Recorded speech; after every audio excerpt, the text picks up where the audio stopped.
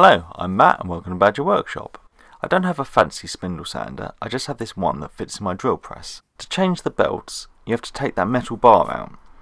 So I thought I'd make one using this rubber sleeve. The sleeve is a part from a Triton spindle sander, and I managed to get it off Amazon for just a couple of pounds.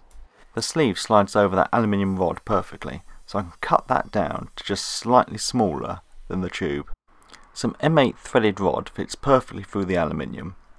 I need to cut this long enough so there's enough room for it to fit in the chuck of the drill. If this works, I'd like to make different diameter spindles, and changing the grit should be much quicker pulling them on and off that rubber tube. That one I showed you at the beginning, I was spending about 10 minutes faffing around trying to change the paper on it.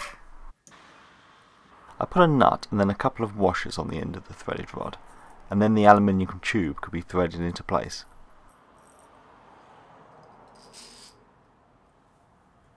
The rubber sleeve can now be slid on, and then some more washers and another nut. My theory is, as the metal tube under the rubber is slightly shorter, when I tighten the nuts down it will make the rubber expand and hold the sandpaper in place. Well, that's the theory anyway.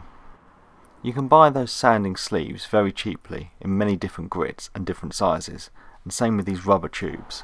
The oscillating sanding machines look great, but I don't have the budget for one at the moment, or the space to put it. Hopefully this will be a nice cheap, low-tech solution to the problem. After some tightening, the sanding drum seems to hold in place, and I guess if I have a problem, I can always put a bigger washer on the bottom. Seems to work pretty well, apart from obviously there's no dust collection. If I like this as a system, I might make some bigger sizes. That's it all done. Thanks for watching, and please subscribe for more videos.